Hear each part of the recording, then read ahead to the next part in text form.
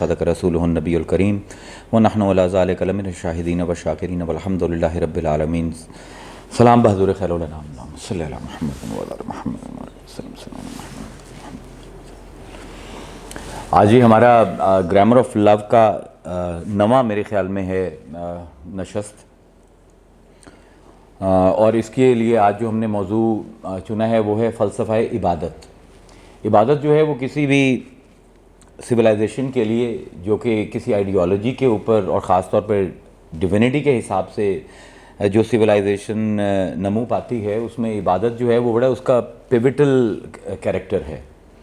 ایک اگر آپ خصوصاً اسلام کے حوالے سے دیکھیں تو اسلام نے عبادت کے حوالے سے انسانیت کو بہت انگیج کیا ہے.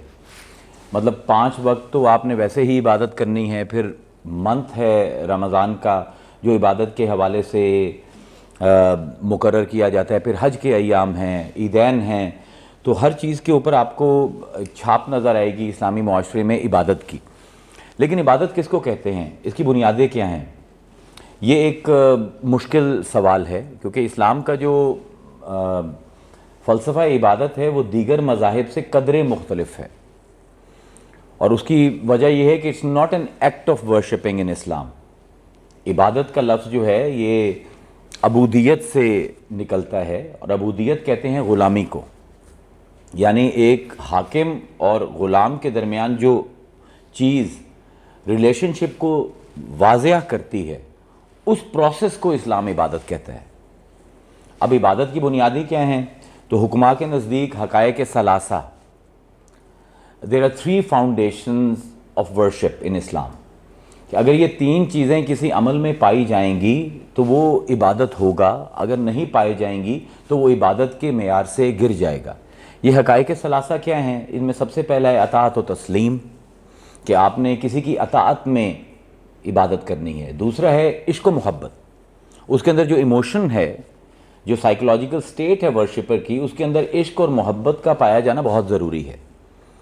اور تیسرے جو حقائق ثلاثہ میں ہیں وہ ہے عجز و انکسار، کہ یہ عبادت جو ہے یہ آپ میں انسٹل کرے عاجزی، ہیوملٹی. تو یہ 3 حقائق ثلاثہ ہیں. جو بھی عمل ان 3 سے مشتق ہوگا اس کو اسلامی نظریے میں عبادت کہا جائے گا. اب اس کے مقاصد کیا ہیں عبادت کے؟ تو وہ بھی ان کو بھی مقاصد ثلاثہ ہی کہتے ہیں. 3 ہی مقصد ہیں عبادت کے. ایک ہے اجر و ثواب، دوسرا ہے منزلت و قرب، یعنی اجر و ثواب یہ تو ہر ایک مسلمان جانتا ہے کہ یہ اتنے نفل پڑھوں گا تو اس سے اتنا ثواب ملے گا، اگر یہ کام کروں گا تو اتنی حوریں ملیں گی، اگر یہ کام کروں گا تو اتنے غلمان ملیں گے، یہ کام کروں گا تو اتنے محلات ملیں گے. تو اجر و ثواب جو ہے یہ ایک موٹیویٹر ہے آپ کی عبادت کا. اور دوسرا جو مقصد ہے عبادت کا وہ ہے قرب و منزلت، کہ I should become close to the one I am worshipping. اور منزلت اس لیے کہ اس سے آپ کے سٹیشنز میں ایلیویشن ہوتی ہے. تو ایک اللہ کا قرب اور ایک ایلیویشن ان سٹیشن، یہ مقاصد ہیں عبادت کے. پہلا آپ کا مقصد ہو گیا کہ اجر و ثواب مجھے ملنا ہے، دوسرا مقصد ہو گیا کہ مجھے سٹیشن ملنا ہے، میں نے اللہ کا قرب حاصل کرنا ہے، اور تیسرا ہے رضا و خوشنودی، کہ کہ میں نے راضی کرنا ہے اس کو جس کی میں عبادت کر رہا ہوں. تو یہ 3 ان کو مقاصد ثلاثہ کہتے ہیں، 3 حقائق ثلاثہ ہیں. لیکن عبادت بذات خود کیا ہے؟ اس کا جواب جو ہے وہ اٹس ویری کمپلیکس. جب ہم کہتے ہیں کہ میں عبادت کر رہا ہوں اللہ کی، تو what do you even mean by that؟ کیا اللہ نے آپ سے کہا ہے کہ یہ کام کرو گے تو میری عبادت ہوگی؟ یا اللہ نے آپ کو جتنی بھی عبادت کی شکلیں ہیں، آپ کی نماز، روزہ، حج، زکوٰۃ، ان میں سے کون سی شکل ہے کہ خود اللہ نے آپ کو آ کر بتایا ہو کہ اس طرح میری عبادت ہوگی؟ تو اب جو میں بات کرنے جا رہا ہوں شاید وہ بعض لوگوں کو بہت بری لگے، لیکن یہ حقیقت ہے کہ کسی بھی عبادت کی جب آپ اس کی انسیپشن کہ وہ کس طرح شروع ہوئی ہے، اس کے اوریجن کو آپ ٹریس کریں گے تو آپ کو وہاں پر کوئی خدا نہیں، کوئی بندہ ملے گا. So that is something that is going to shake everyone probably, and probably I'm going to attract a lot of blame and lot of criticism for that. لیکن یہ ایک اتنی واضح حقیقت ہے، یہ اتنا ایک it's written on the wall, we just don't want to read it. یہ ایک ایسی حقیقت ہے جو ہر ایک کے لیے عیاں ہے. آپ کوئی ایک اپنی عبادت کا مجھے عمل دکھا دیں جو آپ نے کسی بندے سے نہ لیا. عبادت اللہ کی ہے، حقائق ثلاثہ بھی اس کے وہی ہیں، اس کے مقاصد ثلاثہ بھی وہی ہیں، لیکن آپ جو عمل عبادت کر رہے ہیں وہ کسی نہ کسی اللہ والے سے ہی شروع ہوگا. اس کے لیے میں نے قرآن کی آیت جو پڑھی ہے سورہ آل عمران سے، اور یہ وہ آیت ہے کہ اس پر اگر ہم 20 لیکچر بھی کرنا چاہیں اسی گرامر آف لو میں تو وہ ہو جائیں گے. اب اسلام کی جتنی بھی عبادات ہیں اس میں جو سب سے بڑی عبادت ہے، جس میں اجتماعیت بہت زیادہ ہے، جس میں بہت سارے لوگ اکٹھا ہو کر عبادت کرتے ہیں، دیٹ از حج. تو اینی ڈیبیٹ اباؤٹ عبادت، if you want to start, حج is the best starting point. Because باقی باتیں آپ انڈیویجولی بھی کر سکتے ہیں، لیکن حج ایک ایسی عبادت ہے جس پر کم از کم 25-30 لاکھ آدمی from all around the Islamic communities come in together and perform that worship. تو اس میں اللہ تعالیٰ اب فرما رہا ہے کہ انا اولا بیتن، اس کے میں تھوڑے سے اس میں بحثیں آئیں گی لنگوسٹکس کی جو تھوڑی سی مشکل ہیں، ان کو میں انگریزی کے اندر ٹرانسفر کر دوں گا کیونکہ وہ ہمیں عربی آتی ہے ہو نہ ہو، اردو آتی ہو نہ ہو، ماشاءاللہ انگریزی آتی ہے. تو انا اولا بیتن، سب سے پہلا گھر، وضع للناس، جو بنوایا گیا لوگوں کے لیے، بنایا گیا نہیں ہے، وضع فعل مجہول ہے، یعنی اس میں جو بنانے والا ہے وہ مفعول ہے کہ حکم دیا گیا ہے اس کو اور اس نے بنایا ہے. انا اولا بیتن وضع للناس للذی ببکۃ. اب بیتن جو تھا نکرہ تھا، نکرہ ہوتا ہے عام، معرفہ ہوتا ہے خاص. اللہ نے فرمایا پہلا گھر جو انسانوں کے، للناس، یہ لام انتفاع ہے. میں نے تھوڑی سی بحث کی تھی اپنے پچھلے لیکچر میں اس کے اوپر، اسی کو آج تھوڑا سا اور کھول دوں گا. لام انتفاع کہتے ہیں وہ لام جو نفع دینے کے لیے استعمال ہو، کہ پہلا گھر جو لوگوں کو نفع دینے کے لیے بنوایا گیا، مقرر کروایا گیا، للذی ببکۃ، یہ وہی گھر ہے جو بکہ، مکہ کا پرانا نام ہے، جو مکہ میں ہے. مبارکن وہدی للعالمین، یہ نفع کیا دیتا ہے کہ ہر ایک کے لیے برکت دیتا ہے اس کے کاموں میں، اور ہر ایک کو ہدایت دیتا ہے. للعالمین، تمام عالمین کے لیے. اب عالمین کی ڈیفینیشن کیا ہے کہ اللہ کے سوا جو بھی موجود ہے کائنات میں، جتنے بھی غیر اللہ پائے جاتے ہیں، چاہے وہ انسان ہیں، جنات ہیں، جمادات ہیں، حیوانات ہیں، نباتات ہیں، فرشتے ہیں، کوئی بھی کسی شکل میں، کسی بھی فارم میں، کوئی بھی کریشن جو پائی جاتی ہے وہ عالمین کے اندر آتی ہے. So for all of the cosmos this house is profitable. اب کیا پروفٹ ہے کعبہ میں؟ نہ تو وہ کوئی تجارتی مرکز ہے، نہ ہی وہ کوئی مدرسہ ہے، نہ ہی وہ کوئی ہاسپٹل ہے، نہ ہی کوئی وہ فلنتھراپی کا انسٹیٹیوٹ ہے کہ جہاں پر آپ کو جائیں گے تو آپ کو کوئی نفع ملے گا. وہ نفع دو اللہ نے بتائے ہیں، ایک یہ کہ وہ ہدایت دیتا ہے، اور دوسرا یہ کہ وہ برکت دیتا ہے. اب یہ ہدن جو ہے بمعنی ہادین ہے، یعنی ہے مصدر، لیکن اس کا مطلب ہے ہدایت دینے والا. مبارکن، برکت دینے والا. اس کو ہم عربی میں کہتے ہیں حال ذوالحال کی ترکیب. اب یہ مشکل لگتا ہے حال ذوالحال کیا ہوتا ہے، اٹس ویری ایزی. یہ میں نے ہاتھ مارا ہے، حال کیا ہے؟ ٹک کی آواز. ذوالحال وہ ہے جس کے مارنے سے آواز آ رہی ہے. تو حال ذوالحال کی دو قسمیں ہوتی ہیں، یا وقت، اب یہ ٹرمینالوجی تھوڑی سی ثقیل ہے لیکن سمجھا دوں گا، کہ وقت صدور فعل اور وقت وقوع فعل. حال دو طرح سے آتا ہے، یا فاعل جب کرے گا، جب میں نے یہ ہاتھ مارا ہے تو اب یہ فعل معروف ہے، میں آپ کے سامنے بیٹھا ہوں، میں نے ہاتھ مارا ہے، اس سے حال کیا ہوا ہے؟ ٹک کی آواز آئی ہے، میں ذوالحال ہوں. اس کو ہم کہتے ہیں وقت صدور فعل، کیونکہ یہ میں نے اپنی مرضی سے مارا ہے. اور اگر مجھے شاہ صاحب اب کہتے ہیں کہ جی ہاتھ ماریں، تو اب ہاتھ تو میں مار رہا ہوں لیکن ان کے حکم پر مار رہا ہوں، تو یہ میں یہاں پر بطور مفعول ہاتھ مار رہا ہوں، یعنی میرا اپنا ارادہ نہیں ہے، کسی کے کہنے سے میں ہاتھ مار رہا ہوں. تو اس کو ہم کہتے ہیں وقت وقوع فعل، کہ جب کسی کے کہنے پر آپ نے کوئی کام ہوا اور اس سے کوئی سٹیٹ ایمرج کی. Are you getting it? Is it simple? اب یہاں پر وودیا حال ہے مبارکن اور ہدن، کہ برکت دیتا ہے کعبہ اور ہدایت دیتا ہے. ذوالحال کون ہے؟ ذوالحال وودیا بنوایا ہم نے، تو جس نے بنایا ہے حکم پر وہ اس کا ذوالحال ہے. اب بنایا کس نے ہے؟ یہ ہر مسلمان جانتا ہے، آدم علیہ السلام نے. تو اب یہاں پر حال ذوالحال کی جب بحث چلے گی تو یہ نفی ما تقدم پر دلالت کرتی ہے، یعنی کعبہ اس سے پہلے برکت دینے والا نہیں تھا، اس سے پہلے ہدایت دینے والا نہیں تھا. میں نے ہاتھ مارا تو حال کریٹ ہوا نا، اس سے پہلے تو یہ ٹک کی آواز نہیں تھی.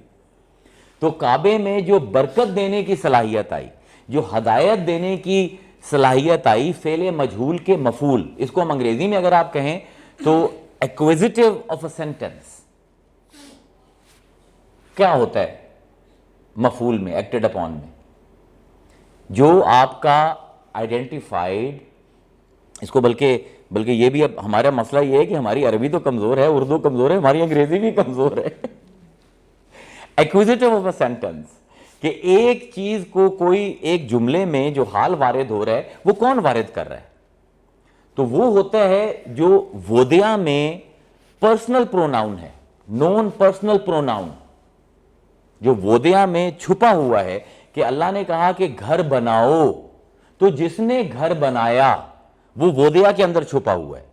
تو یہ آئیڈینٹیفائیڈ یا noun personal pronoun accusative of a sentence بنے گا یہاں پر. یعنی اس میں برکت دینے کی صلاحیت کیوں آ رہی ہے؟ کیونکہ اس کو آدم نے بنایا ہے. اس میں نفع دینے کی صلاحیت کیوں آ رہی ہے؟ کیونکہ اس کو آدم نے بنایا ہے. اس میں برکت دینے کی صلاحیت کیوں آ رہی ہے؟ کیونکہ آدم نے بنایا ہے. آدم میں یہ صلاحیت کیوں آ رہی ہے؟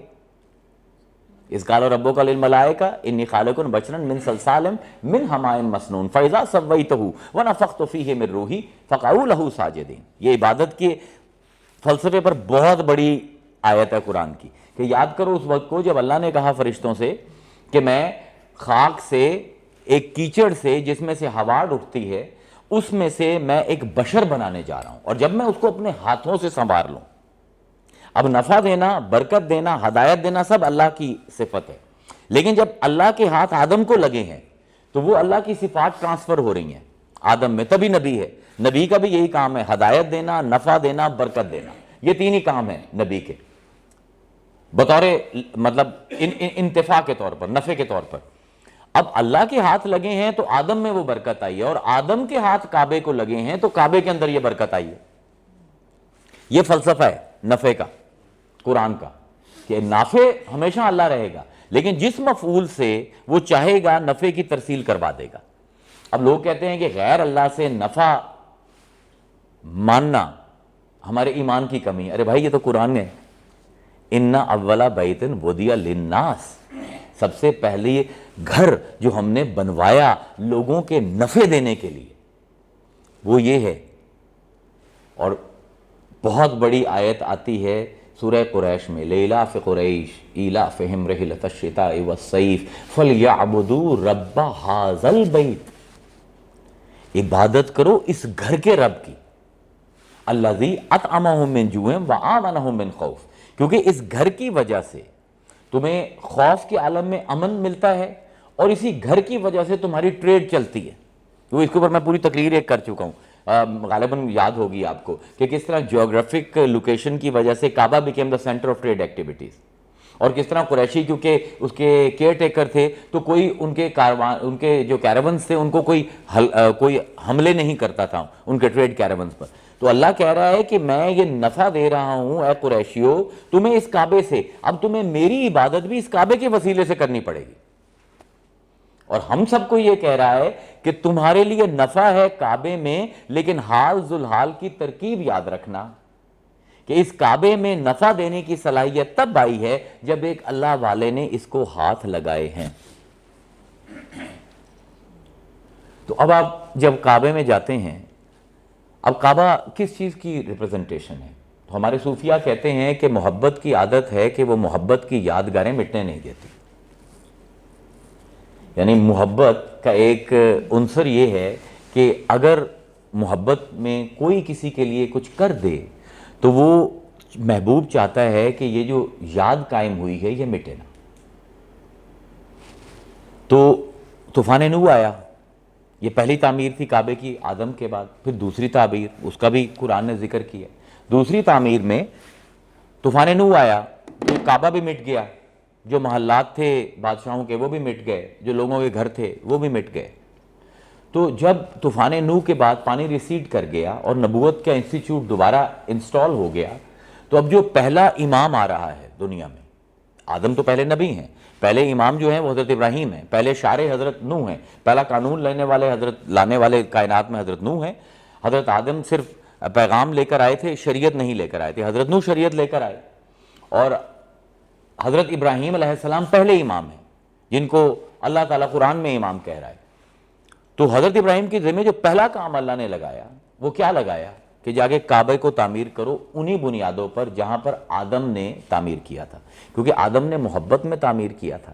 تو اللہ تعالیٰ، میں نے عرض کیا تھا صوفیاء کا جملہ کہ محبت کی عادت ہے کہ محبت کی یادگاریں مٹنے نہیں دیتی. بادشاہوں کے گھر مٹ گئے، لوگوں کے گھر مٹ گئے، عمارتوں کے نشان مٹ گئے، کعبہ بھی مٹ گیا، لیکن اللہ نے کہا کہ بنیادیں موجود ہیں، جاؤ اذ یرفع القواعد. اب یہ اللہ تعالیٰ سورہ بقرہ میں کہہ رہا ہے کہ یاد کرو اس وقت کو.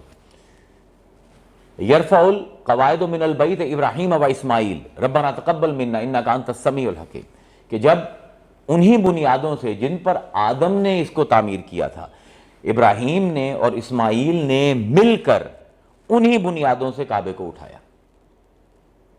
اب یہ دوسرا فیز ہے اس کا. تو اللہ کہتا ہے آگے فیہ آیاتم، اس میں بہت سی نشانیاں ہیں. اب اس کو کہتے ہیں مبدل منہ بدل کی ترکیب، سبسٹیٹیوشن. مثلا میں کہتے ہیں کہ جی وہ آئے تھے، وہ عالم آئے تھے حامد رضا صاحب. اب یہ مبدل منہ ہے، وہ آئے تھے، کون آیا تھا اس کو آئیڈینٹیفائی کرنے کے لیے ہم نام لے رہے ہیں حامد صاحب.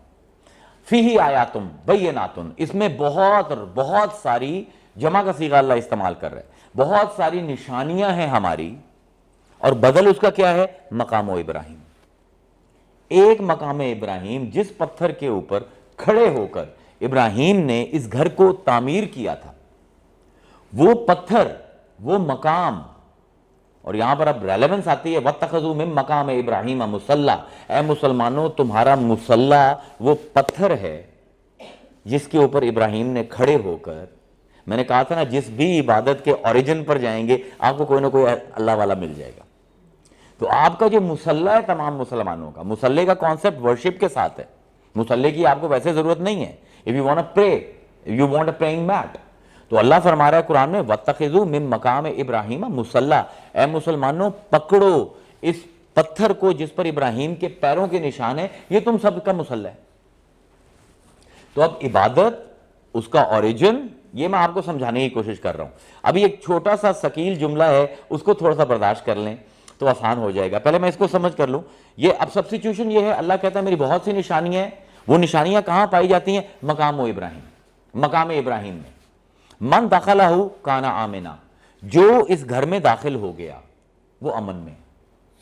یعنی پوری کائنات میں کسی کو امن ملے یا نہ ملے، اگر کعبے میں مل جائے، آ جائے گا تو اس کو امن مل جائے گا. اور غالباً میں نے پچھلی دفعہ پتہ نہیں بحث کی تھی کہ نہیں امن کے اوپر. دس از ویری انٹرسٹنگ. اب جورسپروڈنس کو میں انگیج کر رہا ہوں کیونکہ میں نے یہ سارے علوم تھوڑے کر کے میں ناقص سے پڑھے ہوئے ہیں، تو جب وہ ذہن میں آتا ہے تو یاد آ جاتا ہے. ایک بہت بڑی ڈیبیٹ ہے امام شافعی اور امام ابو حنیفہ کی. من دخلہ کان آمنا، جو اس گھر میں داخل ہو جائے اس کو امان ہے. امام ابو حنیفہ کہتے ہیں کہ کوئی آدمی کوئی اگر جرم کر لے کعبے کی حدود سے باہر، تو آپ اس کو کعبے کے باہر گرفتار کر سکتے ہیں. اگر وہ کعبے کی سینچری میں آ گئے تو قرآن کی آیت ہے من داخلہ کان آمنا، جو اس کے اندر داخل ہو گیا اس کو امان ہے. آپ اس کو ہاتھ نہیں لگا سکتے. Now you will have to wait کہ وہ بندہ کعبے سے باہر آئے. تب اس کو اریسٹ کریں گے. امام شافعی نے اس کی مخالفت کی ہے. امام شافعی کہتے ہیں کہ بھائی علت اور معلول جہاں پر پائے جائیں وہیں پر کام ہو جائے گا. علت ہے جرم کرنا, معلول ہے گرفتار کرنا. اب چاہے وہ کعبے کے باہر جرم کرے یا کعبے کے اندر گرفتار کیا جائے گا. اب اس کے اوپر صوفیاء نے امام ابو حنیفہ کی طرفداری کی. وہ کہتے ہیں کہ ابو حنیفہ کا استدلال امان کے حوالے سے زیادہ اسپرچول ہے اینڈ اٹس مور انٹلیکچوئل. وہ کس طرح؟ اور بڑا نفیس نکتہ ہے. وہ کہتے ہیں کہ جو آدمی جرم کر رہا ہے, کون سا جرم؟ پوچھا گیا امام ابو حنیفہ سے کہ کون سا جرم؟ انہوں نے کہا کوئی جرم کر لے, قتل کر دے کسی کو, زنا کر لے, شراب پی لے, ڈاکہ ڈال دے, کفریہ کلمہ کہہ دے, اللہ کا انکار کر دے, اگر وہ کعبے میں آ گیا گرفتار نہیں کر سکتے. تو اس پر صوفیاء یہ کہتے ہیں کہ ابو حنیفہ از رائٹ, بیکاز جو کعبے کی طرف دوڑ رہا ہے یہ سوچ کر کہ یہ جائے امان ہے, تو وہ کعبے کے تقدس کو ذہن میں جگہ دے رہا ہے. تو جب تک اس کے ذہن کے اندر کعبے کی تقدیس ہے اس کو گرفتاری نہیں کر سکتے. ہاں اگر وہ کعبے کے اندر جرم کرتا ہے تو اب تو اس نے تقدس پامال کر دیا تو وہ گرفتار ہو جائے گا. تو یہ اس کو مجھے جورسپروڈنس کی ایک تھوڑی سی یاد آ گئی تھی, فقہ کی بحث, وہ آپ کے جانا میں نے کہیں اور ہے.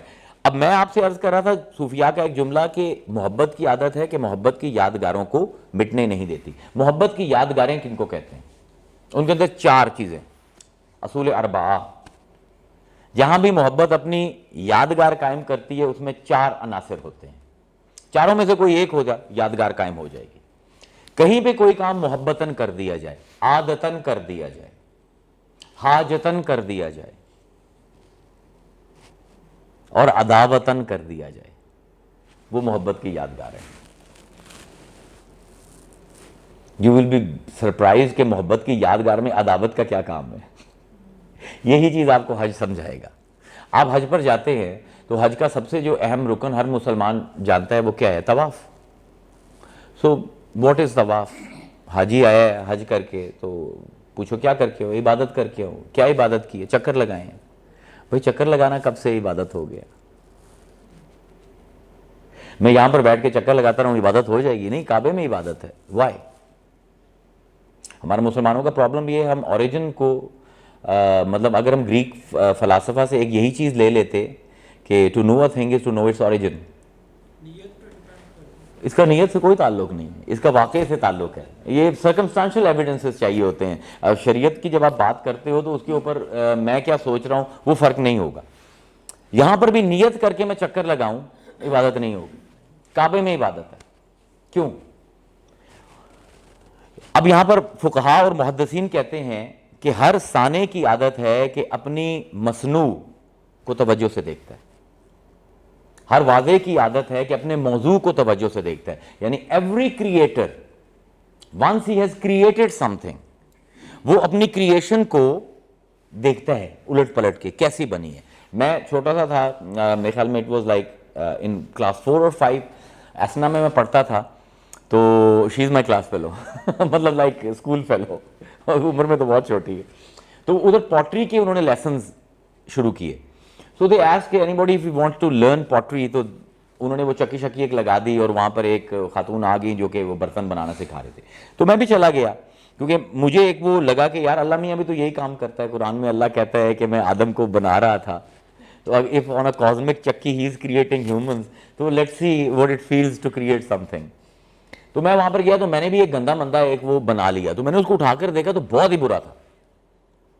یعنی وہ پیالے کی کسی قسم کی, چاہے آپ اس کو ڈیڈکٹیو ریزننگ سے دیکھیں یا انڈکٹیو ریزننگ سے دیکھیں یا ڈسکرسیو انداز سے دیکھیں, وہ پیالہ لگتا ہی نہیں تھا. تو میں نے وہ اپنی استانی سے کہا کہ یہ تو غلط ہے. تو انہوں نے مجھے سمجھایا کہ یار اس کو یوں کر کے ہاتھ رکھو, اس سے اس کا قد چھوٹا ہوگا, اور یوں کر کے انگلیاں رکھو, اس سے اس کی شیپ سامنے ہوگی. تو میں نے بنا لیا. And I was really proud of my invention, of my creation. یار میں نے یہ پیالہ بنایا. تو وہ پیالہ میں گھر لے کر گیا, میں نے اپنی امی کو دکھایا کہ بھئی دیکھیں میں یوں کر کے دکھا رہا ہوں ان کو, یہ دیکھیں میں نے پیالہ بنایا. والد کو بھی دکھا رہا ہوں. تو آج جب میں سوچتا ہوں تو مجھے فقہاء اور محدثین کی وہ بات یاد آتی ہے.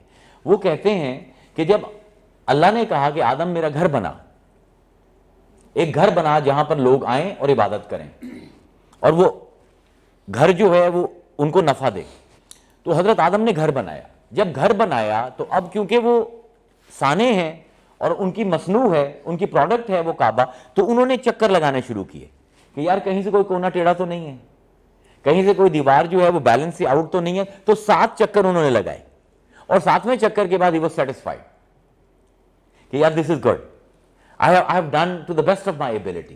اب یہ عادتاً کر رہے ہیں حضرت آدم, اللہ نے ان کو حکم نہیں دیا چکر لگانے کا, طواف کرنے کا اللہ نے حکم نہیں دیا. یو ہیو ٹو انڈرسٹینڈ, عبادت کا فلسفہ جب آپ چھیڑتے ہو تو چھڑ تو جاتا ہے, ختم نہیں ہوتا, اٹس اے پنڈورا باکس.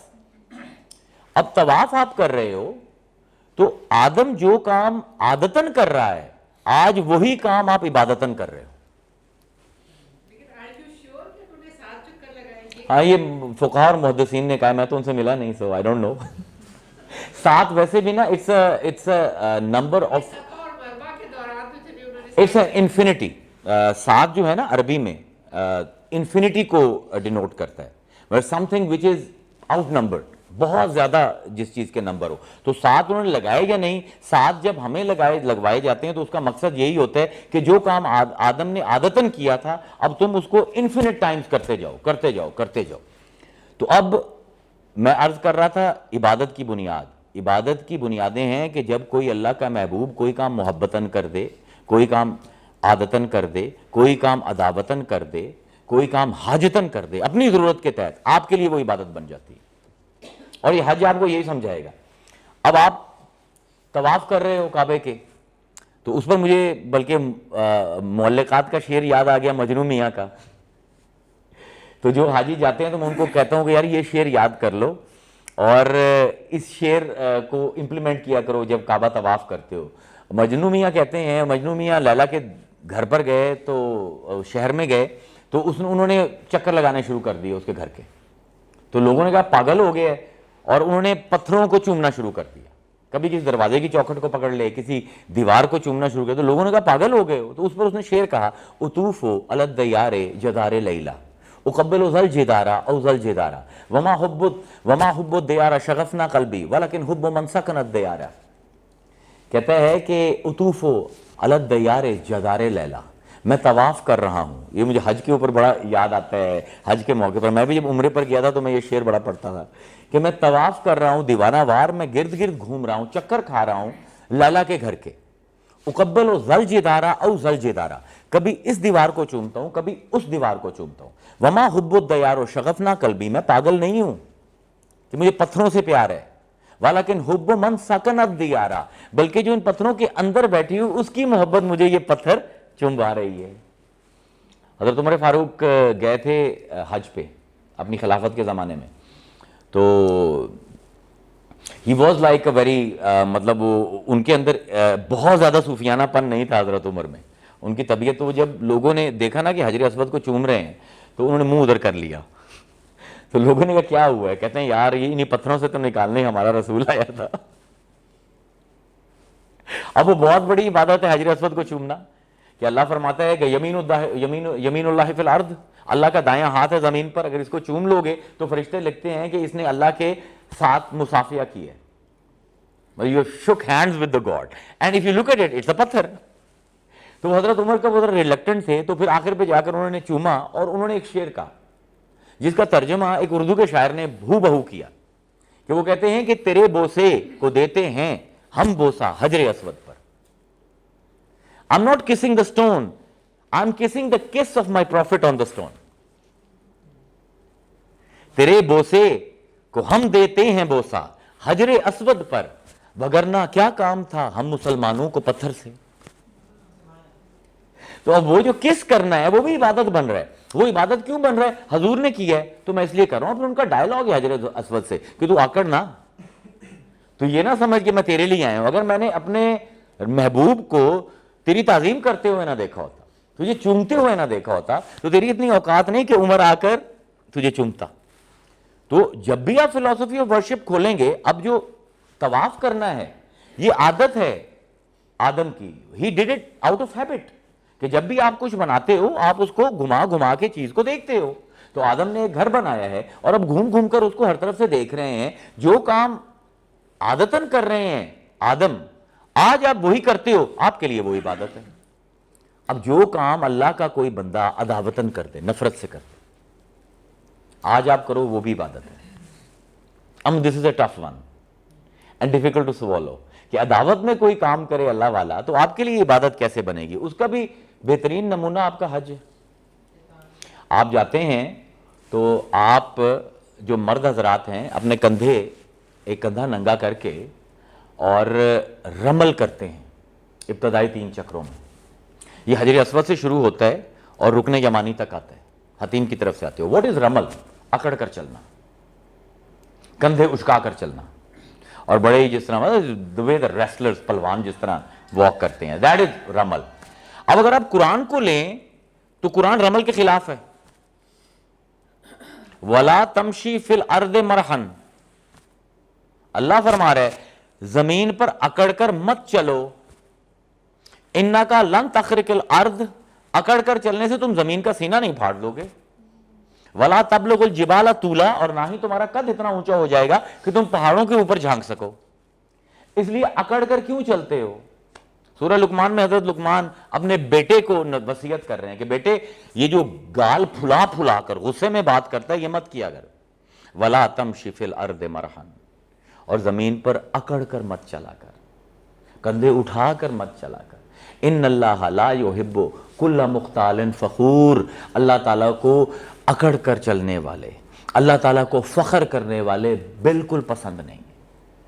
اب یہ قرآن کی 2 آیتوں میں واضح ممانعت ہے کہ آپ اکڑ کر نہیں چل سکتے. اب آپ جب رمل کرتے ہو تو وہ عبادت بن جاتی ہے. وہ کیوں؟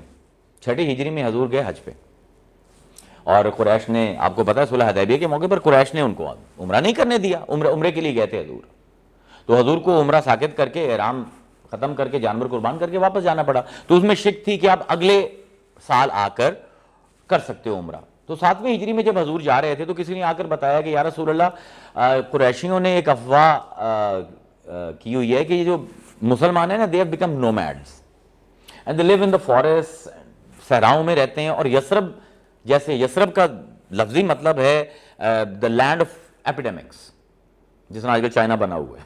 تو یثرب جو ہے وہ جہاں پر وبائیں بہت ہوں, کیونکہ ہوا چلتی تھی یمن کی طرف سے, تو it will bring lot of heat and there will be a massive shift in weather and people used to get sick and die. تو اس کو یثرب کہا جاتا تھا. تو انہوں نے کہا کہ یا رسول اللہ وہ کہہ رہے ہیں کہ مسلمان یثرب سے آ رہے ہیں, یہ تو بالکل کانگڑ ہو گئے ہیں, بالکل سکے سے ہو گئے ہیں, ان کے اندر تو طاقت ہی کوئی نہیں ہے. تو انہوں نے مذاق میں شعر کہا کہ جب ہم کرتے ہیں یہاں پر طواف تو اللہ اللہ کی آوازیں آتی ہیں, جب کعبے کا طواف کرتے ہیں, جب مسلمان طواف کریں گے تو کھڑ کھڑ کی ان کے دونوں ٹخنوں کے آپس میں کڑ کڑ کرنے کی آوازیں آئیں گی, اب اللہ اللہ کی آواز یہاں پر نہیں آنی. تو حضور کی طبیعت پر بڑا گراں گزرا and he was really annoyed. تو حضور جب جانے لگے تو آپ نے کہا صحابہ سے کہ اپنا ایک کندھا ننگا کر کے جانا. اب آپ ریسلنگ دیکھتے ہیں نا تو you see the shirtless wrestlers. Why? It's a psychological impact. You can see the muscles and you can see the beef and you can see somebody standing tall with wide shoulders. تو آپ پر ایک ہیبت طاری ہوتی ہے. تو حضور نے پہلے تو ان سے مہینہ کہا کہ کسرت کرو, خوب ایکسرسائز کرو, اور پھر کہا کہ اب تم نے ایک اپنا شولڈر ننگا کرنا ہے تاکہ وہ تمہارے مسلز دیکھیں اور وہ جو کہہ رہے ہیں کہ تم کمزور ہو گئے ہو وہ کمزوری نظر نہ آئے. اور دوسرا یہ کرنا کہ جب شروع کرو حجر اسود سے طواف تو رمل کرنا, اکڑ اکڑ کر چلنا, سینہ پھلا کر چلنا, کندھے اٹھا کر چلنا, تاکہ تمہارے دشمنوں کو پتہ لگے کہ مسلمان کمزور نہیں ہے. اب یہ کام عداوتن ہو رہا ہے, اور آج آپ وہی کرتے ہیں تو آپ کے لیے عبادتن ہو جاتا ہے. تو جو کوئی اللہ والا عادتن کرے وہی آپ کے لیے عبادت ہے, جو کوئی اللہ والا عداوتن کرے آپ کے لیے وہی عبادت ہے.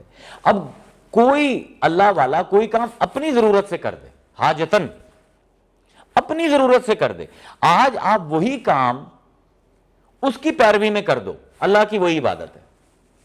اب یہ بات کر رہی تھی صفا مروہ, ان الصفا والمروہ من شعائر اللہ. شعائر, شعائر جمع ہے, شعیرہ سائن.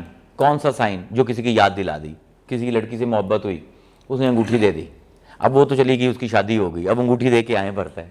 تو یہ شعیرہ ہے, یہ شعیرتن ہے کہ جو شعور میں, اسی سے شعور کا لفظ نکلتا ہے کہ جو شعور میں کوئی امیج پرانی کسی یاد کا آپ کو تازہ کر دے، اس چیز کو شعیرتن کہتے ہیں، اور اس کی جمع ہے شعائر۔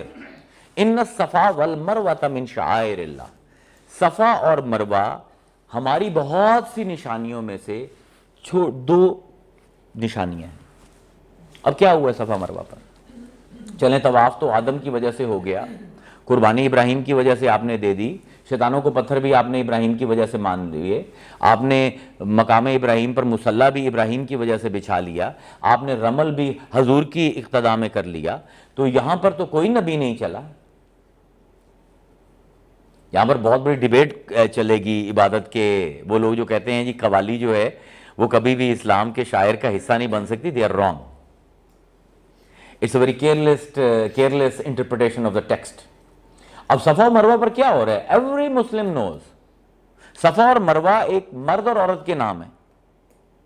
عیساف مرد کا نام تھا اور نائلہ عورت کا نام تھا، and they fell in love during Hajj, and now they wanted to do something about it and they had no place, so they thought the most secured place is to do this inside Kaaba.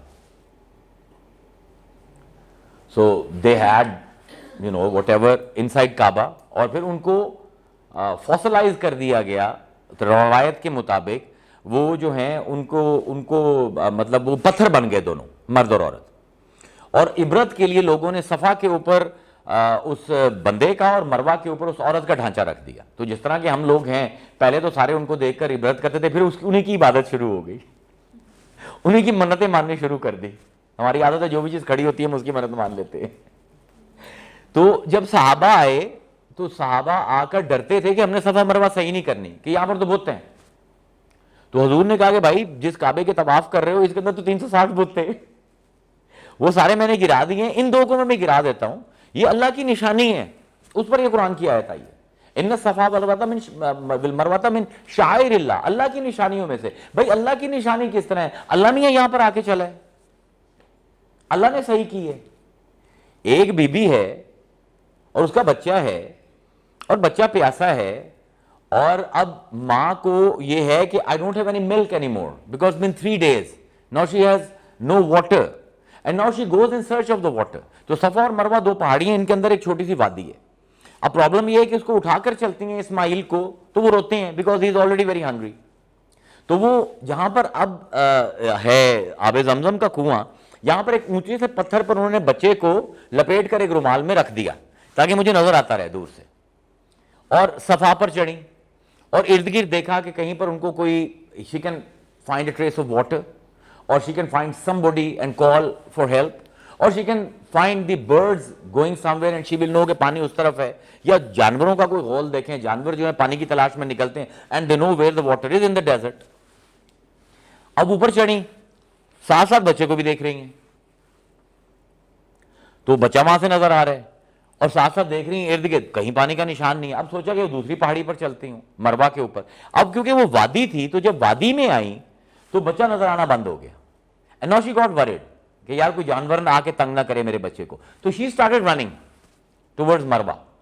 یہ جو آپ کرتے ہو، جو اخضرین ہیں، دو وہ ستون ہیں، ایک حاجی بڑے آرام سے، بڑا معتبر، باوقار، باروب، بڑا مطلب کوئی مخبوط الحواس نہیں ہے، بیٹھتے بیٹھتے ایک لائٹ جلتی ہے پلر کے اوپر اور بھاگنا شروع کر دیتا ہے۔ نہ بھاگے تو عبادت ناقص ہو جائے گی۔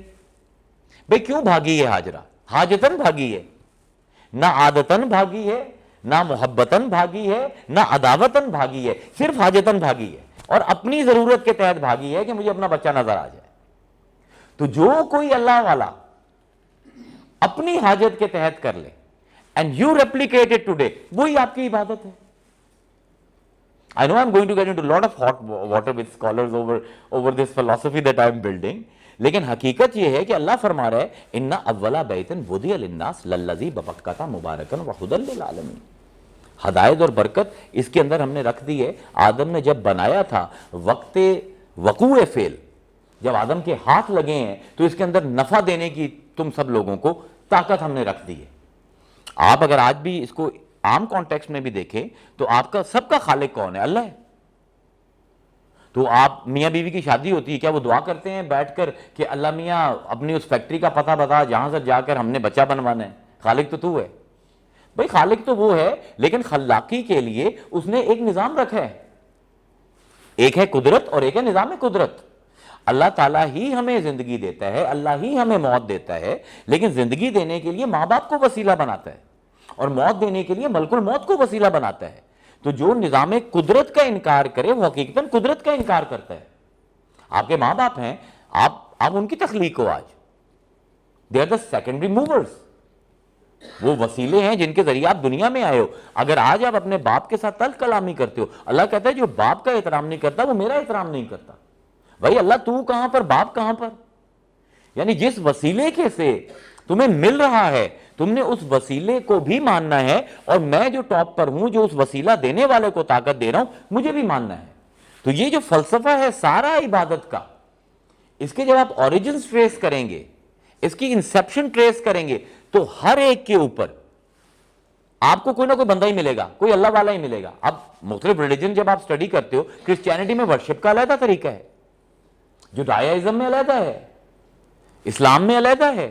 یہ تین ابراہیمی مذہب ہیں، تینوں میں اختلاف کیوں ہیں؟ Because of the flavour of the prophet. Prophet نے جب سوچا کہ اللہ کی محبت میں میں کچھ کروں، تو جو کام اس نے کیا وہی آپ کے لیے عبادت بن گیا۔ عبادت کا فلسفہ کلی طور پر یہ ہے، اس کو آپ گھر جا کر سوچئے گا اچھی طرح۔ آپ کو کوئی عبادت اگر کسی بندے کی انٹروینشن کے بغیر ملی ہے تو مجھے بتائیے۔ آج آپ روزہ رکھتے ہیں، کیوں رکھتے ہیں؟ حضور نے رکھا۔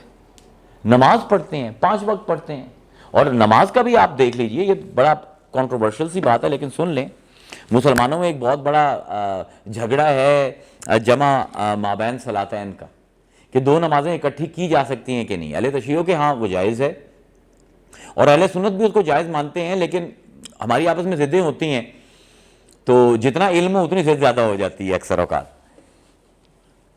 تو اب وہ ہوا یہ کہ پوری کتابیں لکھ دی گئیں کہ کوئی نماز اپنے وقت سے پہلے نہیں ہو سکتی، اور نماز اگر وقت گزر گیا ہے، فوت ہو گئی ہے نماز، تو وہ قضا ہو گئی، اب ادا نہیں ہوگی، اب قضا ہی ادا ہوگی۔ آپ حج پر جائیں، مزدلفہ پر آپ کیا کرتے ہیں؟ آپ جان بوجھ کر مغرب کی نماز قضا کرتے ہیں اور عشاء کے ساتھ ملا کر پڑھتے ہیں۔ آپ عرفات میں کیا کرتے ہیں؟ جان بوجھ کر ظہر کی نماز قضا کرتے ہیں اور عصر کے ساتھ ملا کر پڑھتے ہیں۔ قرآن میں تو اللہ کہہ رہا ہے کہ ان الصلاۃ کانت علی المؤمنین کتابا موقوتا۔ ان الصلاۃ، یہ جو نماز ہے یہ ہم نے مومنوں پر وقت کے مطابق فرض کی ہے، کوئی نماز اپنے وقت سے علیحدہ ادا نہیں ہوتی۔ تو یہ اب آپ جان بوجھ کر مزدلفہ میں، اب اگر کوئی حاجی اکڑ جائے کہ نہیں میں مزدلفہ جا کر عشاء پڑھوں گا، اس سے پہلے میں شام کروں گا، اس کی عبادت ہی نہیں ہوگی۔ عرفات میں نماز نہیں اکٹھے کروں گا، اس کا حج ناقص ہو جائے گا۔ کیوں بھائی؟ کیونکہ رسول اللہ نے کیا تھا۔ اب کیوں کیا؟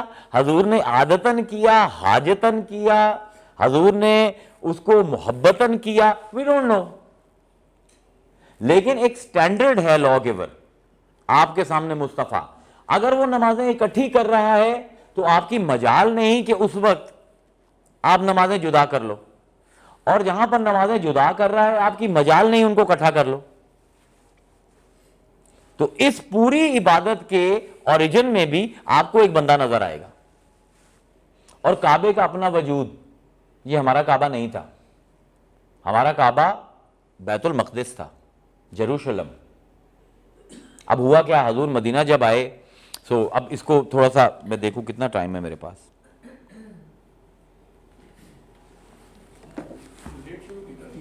اب میں دیکھ رہا ہوں کہ ہم نے کتنا کر لیا ہے، یا 45 منٹس ہوئے ہیں، یا چلے میں اس کو بھی ایکسپلین کر دیتا ہوں۔ اب یہ خود کعبے کا سمبل، اللہ کہہ رہا ہے کہ ہدی للعالمین، کعبہ ہدایت ہے تمام جہانوں کے لیے۔ ہدایت دینے کے لیے کچھ شرطیں ہیں، اشارہ کرنا، بولنا، 2 شرائط ہیں۔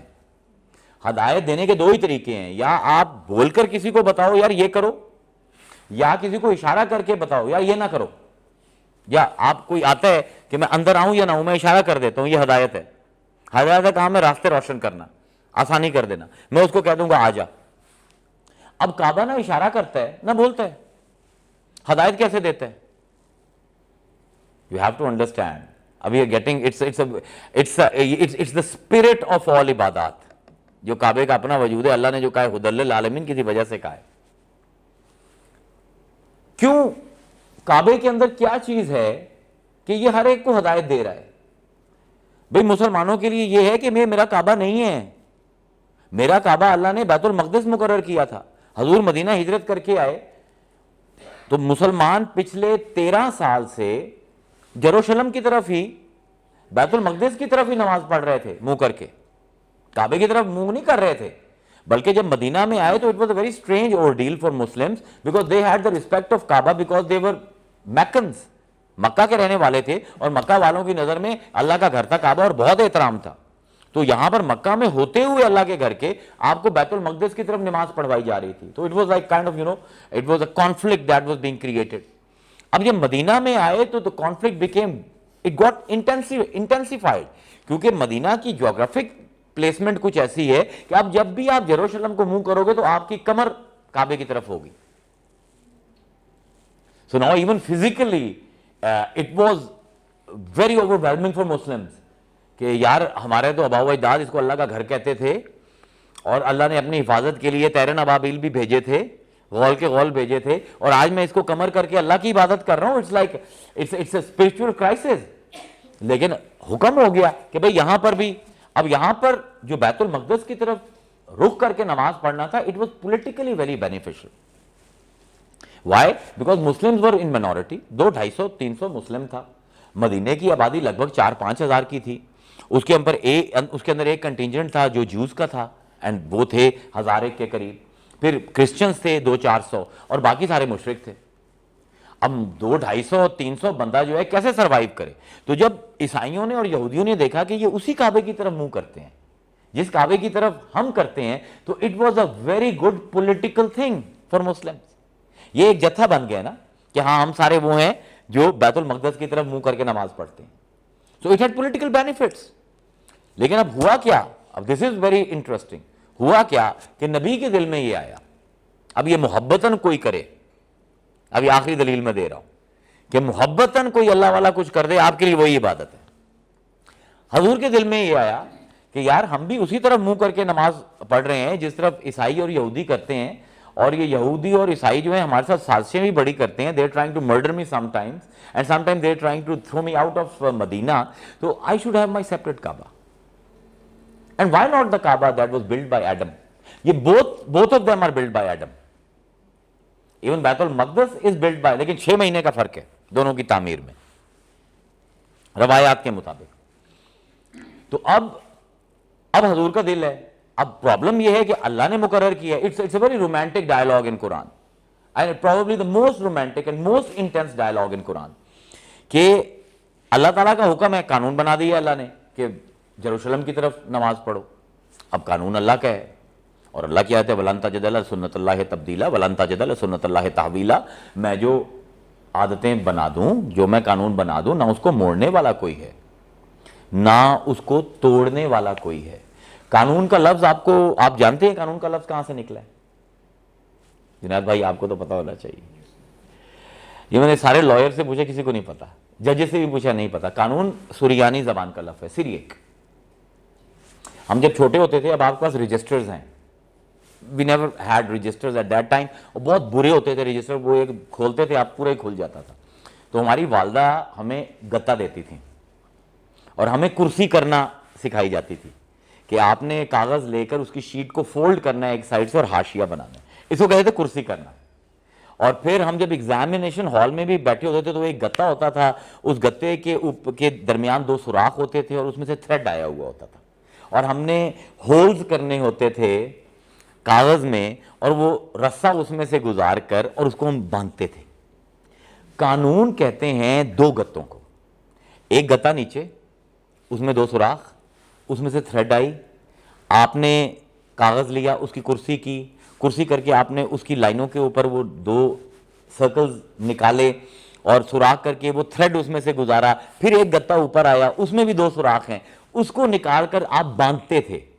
قانون اس چیز کو کہتے ہیں جو اتنی پروٹیکٹ کرتی ہے کہ ایک چیز کو نہ نیچے سے کوئی نقصان دے سکے، نہ اوپر سے، نہ دائیں سے، نہ بائیں سے، ایک چیز کو محفوظ کر لے۔ ابھی اللہ کا قانون ہے، یہ لسان میں جب آپ پڑھتے ہو تو آپ کو یہ باتیں سمجھ آنی شروع ہو جاتی ہے کہ اب یہ امپورٹ ہے، it's not an Arabic word. بعض علماء نے لکھا ہے کہ یہ عربی کا زمانہ، بھائی کوئی عربی کا مصدر نہیں ہے قانون کے اوپر، یہ سریانی کا لفظ ہے اور امپورٹ ہے عربی میں۔ اب قانون ہے اللہ کا کہ یروشلم کی طرف نماز پڑھو، سارے نماز پڑھ رہے ہیں، 15-16 سال ہو گئے ہیں، عادت پڑ گئی ہے ہر کو، اور اب حضور نماز پڑھا رہے ہیں جہاں پر آج مسجد قبلتین ہے۔ یہ ایک ایسی، یہ پہلی تنسیخ ہے ریلیجس ہسٹری میں۔ Abrogation starts here. There is no evidence of any abrogated divine law before this. Abrogation start کہاں سے ہو رہی ہے؟ قانون تنسیخ شروع کہاں سے ہو رہا ہے؟ You have to understand. آپ جن کو اب میری تقریر کو ابھی تک سمجھ نہیں آئی، اب لازمی سمجھ آئے گی کہ اللہ کا قانون ہے یروشلم کی طرف نماز پڑھے۔ رسول کے دل میں محبت ہے کعبے کی، وہ چاہتا ہے یار ادھر مجھے موڑ دیا جائے۔ اب قانون کیونکہ اللہ کا ہے تو ادب کا تقاضا ہے کہ کہا نہ جائے۔ میں نے کہا تھا نا، عبادت میں اطاعت اور بندگی اگر نہ ہو تو عبادت نہیں ہوتی۔ اب حضور نماز پڑھا رہے ہیں جہاں پہ آج مسجد قبلتین ہے، اور کہتے کچھ نہیں ہے، آسمان کی طرف دیکھتے ہیں، and then again it starts praying. It's a very tense situation. اب اللہ اس پر ڈائلاگ اوپن کرتا ہے، قد نرا تقلب وجہک فی السماء۔ قد حرف تحقیق، نرا فعل مضارع، حرف تحقیق فعل مضارع پر آئے تو دو معنی دیتا ہے، تقلیل اور تحقیق۔ یقین ہم نے دیکھا، کبھی کبھی، گاہے گاہے تو نے نگاہ اٹھائی آسمانوں کی طرف۔ یہاں پر میں یہ بتا دوں کہ اس سے پہلے تنسیخ کا قانون کبھی بھی زیر بحث نہیں آیا مذہب میں۔ حضرت عیسیٰ کا جو مذہب تھا، جو قانون بن گیا، منسوخ نہیں ہوا۔ حضرت موسیٰ کے اوپر جو قانون آیا، 10 commandments آ گئے، none of them was abrogated. It was eternal. It is the first time even eternity is being challenged. تو جو سیریس اسٹوڈنٹس ہیں ریلیجن کے لیے، ان کے لیے یہ بہت بڑا محبت کا باب ہے، اور یادگار محبت کیسے قائم کرتی ہے یہ ان کے لیے بڑا ضروری ہے سمجھنا۔ قد نرا، ہم نے دیکھا، تو نے کبھی کبھی آسمان کی طرف دیکھا، کہا کچھ نہیں۔ مولانا روم کہتے ہیں کہ وہ عاشق نہیں کہ جس سے کچھ منوانے کے لیے معشوق کو کچھ کہنا پڑے۔ عاشق وہ ہے جو اس کی نظریں پڑھ لے اور اس کی زبان ہلنے سے پہلے وہ کرے جو وہ چاہتا ہے۔ یہ مولانا روم کے کمال کی بات ہے۔ اب اللہ دیکھ رہا ہے کہ مصطفیٰ ادب کے مارے کچھ کہہ نہیں رہا، قانون میں نے بنایا ہے، and there is no question of abrogation۔ کیونکہ ایک عربی میں ایک مقولہ تھا، پرانا معلقات میں تھا کہ فلان یحب فلان بحیث یقلب لہو قبلتن، کوئی کسی سے اتنی محبت کرتا ہے کہ اس کے لیے قبلہ تبدیل کر دیتا ہے۔ یہ مجنو میاں کا کے زمانے سے چلا آ رہا ہے، لیکن اس کی کوئی مثال نہیں تھی۔ اب اللہ نے قانون بنا دی ہے کہ یروشلم کی طرف نماز ہوگی، نماز ہو رہی ہے، مصطفیٰ کے دل میں ہے کعبہ تبدیل ہو جائے، تو اللہ اس کو ڈائلاگ کو کر رہا ہے پوری انٹینسٹی کے ساتھ۔ قد نرا تقلب وجہک فی السماء، دیکھا ہم نے کبھی کبھی تو نے آنکھیں آسمان کی طرف کی، زبان سے کچھ نہیں بولا، زبان خاموش ہے، آنکھیں بول رہی ہیں۔ یہ محبت ہے، یہ عشق ہے کہ جب زبان کو تالا لگ جائے اور آنکھیں بولنا شروع کر دیں، آنکھوں کی بولی پڑی جا رہی ہے، زبان کی نہیں۔ قد نرا تقلب وجہک فی السماء، ہم نے دیکھا تیرے دل میں ہے کہ کعبہ تبدیل ہو جائے، زبان سے ادب کے مارے تو کہتا کچھ نہیں کہ ہمارا قانون ہے، and there is no evidence of abrogation۔ فَلَنُوَلِّيَنَّكَ قِبْلَةً تَرْضَاهَا، پہلے بیتن تھا نا، اب قبلتن ہے، یہ بھی نکرہ ہے۔ فَلَنُوَلِّيَنَّكَ، لام تاکید بنون ثقیلہ، اسی وقت ہم تجھے موڑ رہے ہیں۔ اور یہ بھی میں آپ کو بتا دوں، نماز میں کوئی بھی شریعت کا حکم اس سے پہلے نہیں آیا اور نہ بعد میں آیا۔ نماز اللہ کی عبادت ہے، اس کے اندر شریعت کا آنا بھی ممنوع ہے۔ نماز کے اندر نماز کا حکم نہیں آیا۔ تبدیلی قبلہ واحد شرعی حکم ہے جو عین نماز کے اندر ہے، اور اس پر بہت خوبصورت ابن العربی نے لکھا ہے۔ وہ کہتے ہیں کیوں آیا ہے؟ اللہ تعالیٰ انتظار کر لیتا, پتہ لگ گیا تھا, نماز ختم ہو جاتی, پھر کہتا. وہ کہتے ہیں پھر محبت نہ رہتی, کیونکہ محبت تاریخیں نہیں دیتی, محب محبوب کو انتظار نہیں کرواتا. نماز اللہ کی پڑھی جا رہی ہے, مرضی ہے مصطفیٰ کی کعبہ تبدیل ہو, اللہ کہتا ہے پیارے تو اپنی مرضی پوری کر, ہماری نماز چلتی رہے گی, ہماری عبادت بعد میں ہوتی رہے گی, تو اپنی مرضی پوری کر. قد نرا تقلب وجهك فی السماء فلنولینک قبلۃ. اب یہاں پہ نکرہ ہے, القبلہ نہیں ہے, قبلۃ کامن ناؤن ناٹ پراپر. قبلۃ ترضاها فلنولینک, ہم ابھی کے ابھی تجھے موڑ رہے ہیں, قبلۃ کسی بھی قبلے کی طرف,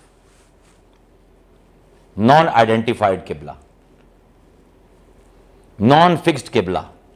اس کی علت کہاں سے آئے گی؟ میں پوچھتا ہوں مفسروں سے, قبلہ کون مقرر کرے گا؟ اگلا لفظ بتاتا ہے ترضاہا, جہاں پر تیرا دل راضی ہوتا ہے ادھر مڑ جا, وہی ہمارا قبلہ ہے.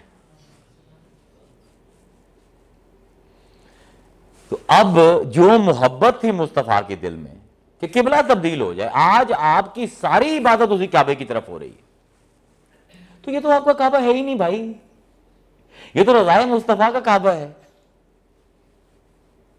چنانچہ جس بھی عبادت کو آپ کھولو گے, جس عبادت کو کھولو گے, اس کے اوریجن, اس کی روٹس, اس کی انسیپشن, اس کی ڈیولپمنٹ ساری کی ساری کہیں نہ کہیں کوئی اللہ والا ہوگا جس نے محبتاً, عبادتاً, عادتاً, حاجتاً, عداوتاً کچھ کیا ہوگا, اور وہی آج آپ ریپیٹ کرو گے تو آپ کی عبادت ہو جائے گی.